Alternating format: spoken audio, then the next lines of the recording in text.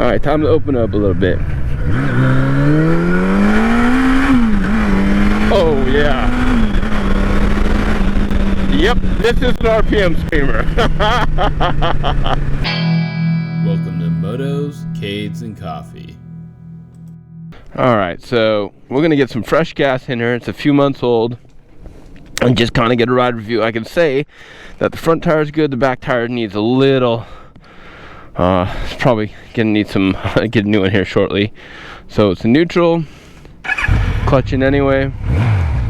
All right, let's get the mirrors adjusted. Got insurance. Throttle control is very crisp, very crisp. Oh, there's one more thing. There's a trip reset right there. There's a volt checker right there. This guy put this on. That's gonna go away. I haven't made any suspension adjustments to that. All right, so man, this thing pulls all the controls. I mean, the throttle spot's really good. The foot placement for the shifter is really weird. I want to go farther forward with my foot. I got to get used to that. Mirrors are pretty nice. All right. I don't think it's self-canceling. Yep, same with the brake too. It's definitely more towards the butt, more of a crotch rocket position for the shifter and brake. All right, so let's get some gas. It is super crisp throttle response, I can tell you that. Wow, that is nice. All right. Oh, seating position, by the way, is very low to the ground. Can totally flat foot. Got a 30 inseam. Yeah, super low. Kickstand's easy to get to. Let me put it on the center stand here. That's how I like to fill my bikes up, so it's easier to fill it up all the way. But again, very hard to get to the center stand. There it is. Okay, time to fill up the gas and we'll be back. Alright, 93 octane. That's the benefit of living on the East Coast. Oh, gas tank's very clean, clear, easy to fill up. That's always nice. Whoops. No rust in there, that's great. This guy took really good care of the motorcycle. Now shaft drives, they have a tendency to squat when you get on them hard. And there's where you want to fill up with air. It felt pretty saggy, so I might want to add a little more air to the rear there. I'll look up the specs. All right, let's get on. Well, as hard as it was to get on there, it was easy to get off. And wow, this thing starts right up. One thing that I've heard, and I can hear right now, you can hear the timing chain in the motor. I hear that's not uncommon for these motors. It doesn't really mean it's anything bad, but you can hear it. All right, so once again, shifter and brake, little rear set. Man, this thing is dialed in. It feels really good on the low speed. So this is it's a narrow seat, which is good for shorter riders.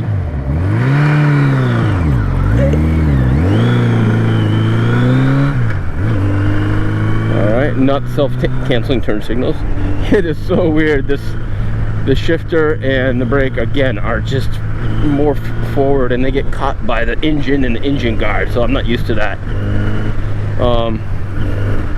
Yeah, man, it is very crisp throttle response. All right, let's make a little right here, see what we got, see how the twisties go a little bit. All right, not really.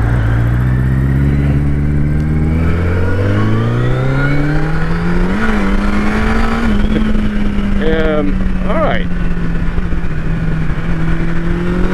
it's a little wet out, so I'm not gonna go super crazy, but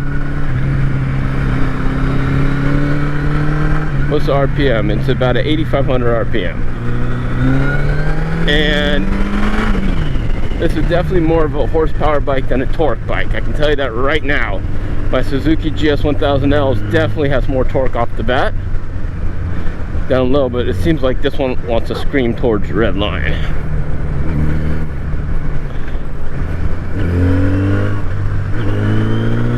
There is torque, don't get me wrong, but it's just not the tire pulling up version that the Suzuki GS1000L has. Now, nimbleness feels pretty nimble. I think this Suzuki is a little more nimble than this. This feels a more compact seating position than the Suzuki. But it just kind of baffles my mind that with an LTD, you think like you're cruising back with your feet way up forward like this. That is not the case. I'm not really sure. I think I'm hoping to find the purpose of this bike. I thought it'd be more of a little raked out cruiser-esque feel to it, but it's definitely not. It's definitely this rear set makes it a little more sporty than you would think, at least in the seating position. All right, time to open up a little bit. Oh yeah. Yep, this is an RPM screamer. Yes. Whoa, it gets up there quick. Alright, brakes are fantastic. Oh, yes. Front brakes fantastic on this guy. Taking it really slow in this corner again. I just don't know how wet it is.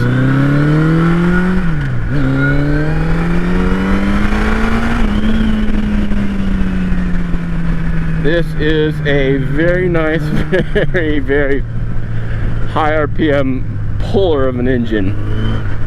That is nice. Super smooth too. It's really smooth. Now while I'm at, let's try the turn radius on this guy. Super easy turn radius. Very nice. Very easy to maneuver. Low speed's great. So in the corners, I think it's a function of that shaft drive. There's some weird feel to it. Oh, I scraped the peg. It slipped a little bit. This is not a corner carving machine. But the lean angle didn't feel great. The seating position, even though it's more mid-control, it just doesn't feel like a corner carver seating position. Now it's agile enough, and it's very, I mean, feel confidence inspiring, sure. The brakes make it really nice, but there's like a squat when you turn in from the back end. Maybe I need to pump the air shocks up. Maybe the new tire would help. It's not super slow to turn in, but there's a little squat and like almost a wander, like it has to get set in a turn. Like you turn in, you pick your angle, and then it slides out to left or right, to the outside of the corner whenever you roll on the throttle. That's not unnerving, but you just got to get used to it. Not super confidence inspiring. I think it looks cooler than heck, man. This thing is an awesome looker. It looks pretty bad. This is like the equivalent to the 1980s kid with the cutoff camouflage shorts that would beat you up for your lunch money back in the 80s. That's what this bike looks like to me. Hello, Barracuda. I wonder what the top speed on this guy is. I'm gonna guess. Excuse me. I'm gonna guess about 130. Oh, let's talk about shifting. Super smooth shifting. This guy shifts amazing, actually. There's no missed gears. I've not missed a gear. It's not clunky at all. It's very slick. It's one of the, I didn't even realize to think about the shifter. It's that good. So as good as the front brake is, the back brake definitely you have to push it hard to get any kind of feel off of it. The position of the handlebars is fine. You are not putting in any weight on the front, I can tell you that.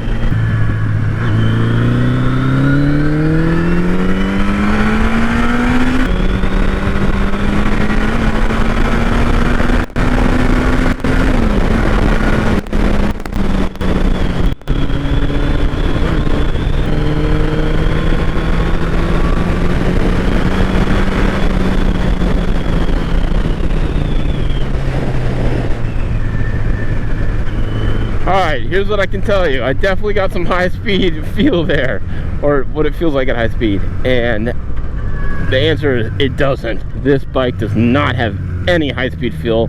I do not have any confidence because I just can't feel the front end. It's very stable, but I wasn't worried that it was going to wander, but I had no feel from the front end.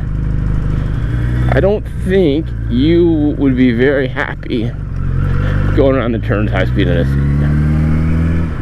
Now, they say shafties are not good for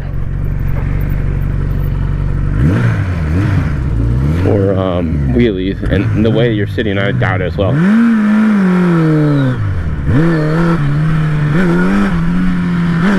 Nope. It floats up instead of lifts up, so that's really not a great. I'm sure you could eventually wheelie, but when you give it the beams, it does not want to wheelie. It just wants to float up altogether. And the way you're sitting, you are actually really far in the middle of the bike. You're not towards the back of the bike, so you're not getting a weight transfer to really raise the whole front end off. You get a weight transfer to lift the back end when you when you give it the gas, and that's from the shaft drive. Let's try it again here for a wheelie. Oh, a tiny bit. So yeah, you can get there. Just the tiniest of tiny wheelies I was able to get. I bet I could get it, but the way I'm sitting is not conducive. I could have read this a long distance. Man, these mid controls would get uncomfy after a while. The front top view, great. Yep, and yeah, definitely feels really comfy. You can ride this long distance. So I think forward controls, if you can get around this engine, which it might just be too wide, would be good.